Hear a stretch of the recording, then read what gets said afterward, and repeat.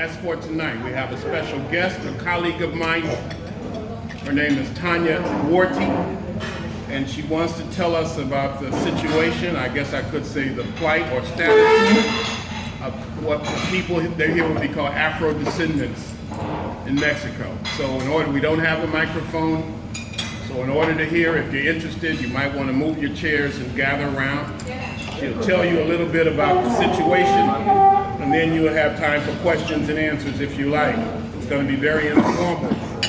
You can record it if you want to, you can take pictures.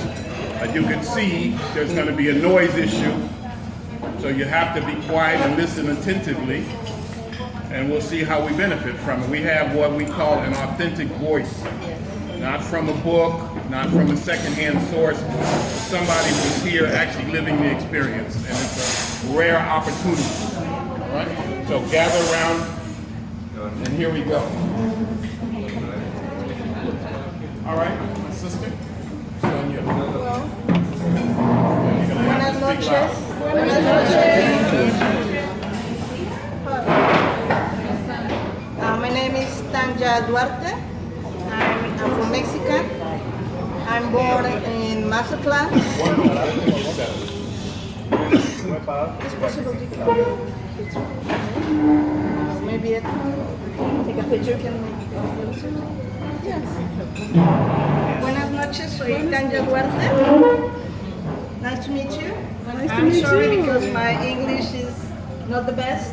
And it's better for me when you speak a little slowly. It's better for me to understand. I'm very glad to be here because never in my life I think I have the chance to meet the master, Runoko Rashidi. I followed him in the web. And well, I'll be here, special to meet him. And I don't know how amazing, beautiful group of amazing people. It's the first time in my life I be close to many black people around me.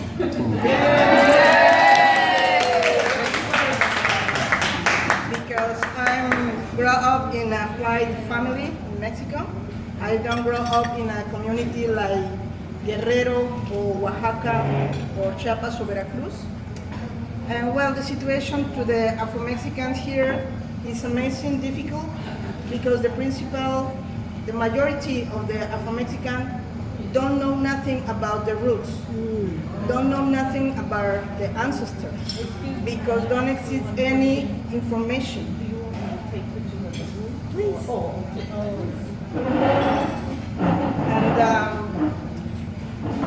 And we don't be included in the constitution of this country. And the government of this country refused many times for include. The problem principal, we don't have free transit because the police of the immigration stop all the time because we live all the time. I'm from Cuba, Honduras, Belize, Brazil, and happen the same all the Afro-Mexicans. Amnesty International have a lot, denuncias of many Afro-Mexicans deport in another countries in Central America. Another big problem is the black people come to live here, migrantes from another country, from Africa, from Central America. The police always abuse a lot about the Afro-descendants. Mexico is a country don't have really relations with any country in Africa, maybe three, Senegal or Nigeria. We don't have embassies. Of course, the states control the borders of Mexico. For that, don't exist the control for non-migration of black people in this country. You know? The second problem is we are a lot, but the inconscious collective around the world believe the black people don't exist in Mexico. And all the Mexicans believe that. And all the Afro-Mexicans don't be one black. Anybody want be black because don't exist any model with dignity. And anyway, don't exist We don't exist in any book. Any child don't know nothing about it. Any Afro-Mexican don't know nothing how this hair, and don't have any products. This is a big problem. You know? But the principal situation is the discrimination, the violence, and for complete racism. You know? Of course, we know in this this time with these presidents, we know don't have any hope for advancement to include in the Constitution. But anyway, I have a project. I live in San Cristobal de las Casas, Chiapas. It's a very important place because in this place, 20 years ago, exists the reivindication to the Indian people in their own country. You know? And it's the only place I can make my project about visibility, the Afro-Mexicans. The last year, I'm organized the first Congress about Afro-Mexicanidad y Afrodescendencia.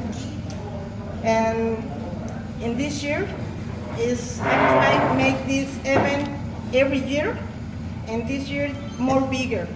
It's the last weekend of November. Friday 27th, Saturday 28th, and Sunday 29th.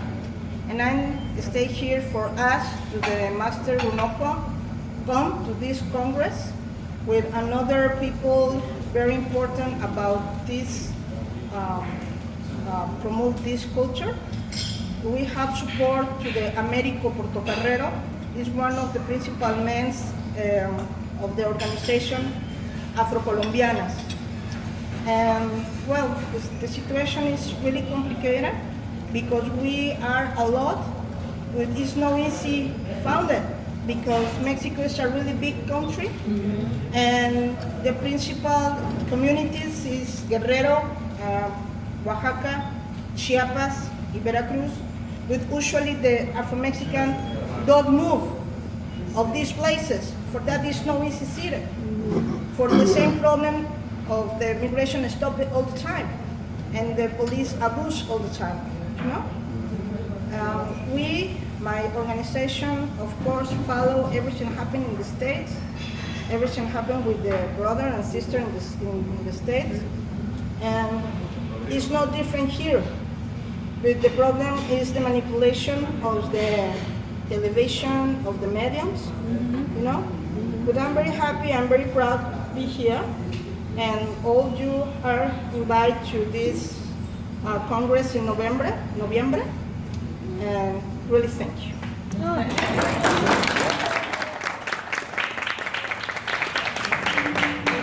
Anybody have questions?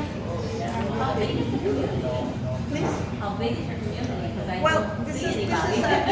a very big, very special question. In my place, we don't have a community really.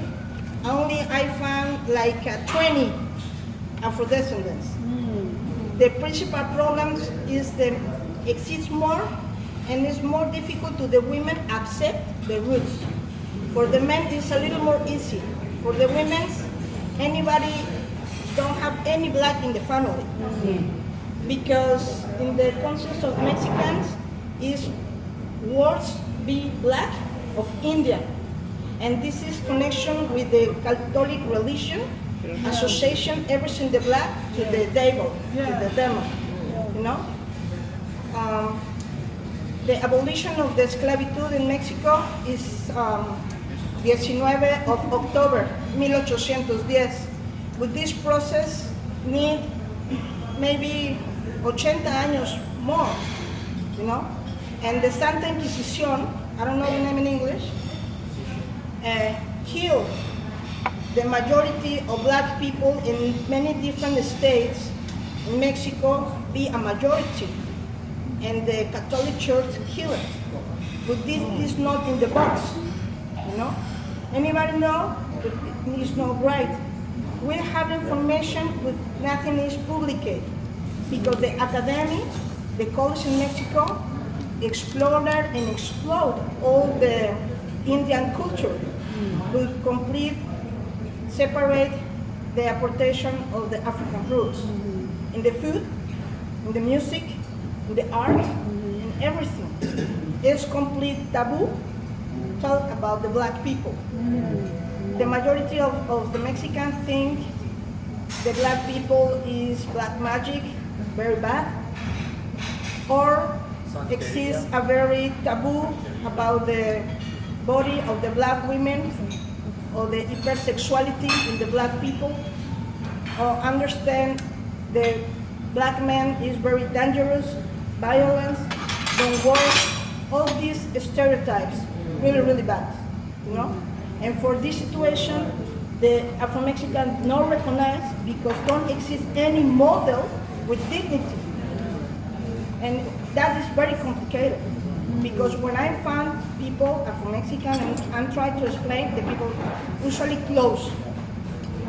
It's a little people have, oh yes, my grandma is black, or my father have the same hair as you, something like that. The principal Afro-Mexicans have the mix, some Afro-Indigenous, because for the Indian people, the black people in the time of the slaves, the Indian is the slaves too. And Janga, you know about Janga, you know? Janga is only the more famous, would exist more. We don't happen this with the help to the Indian people. And the principal root about the Afro-Mexicans is Afro-Indigenous. And exists people like me, child of migrant people from another countries with black culture. My father is from Haiti, and my mother is from Spain. I'm born in Mazatlan, West Coast, and grew up the majority of my life here in Mexico. I'm psychologist, and I'm activist for the human rights of the women and the child, and the Afro-descendants and Afro-Mexicans.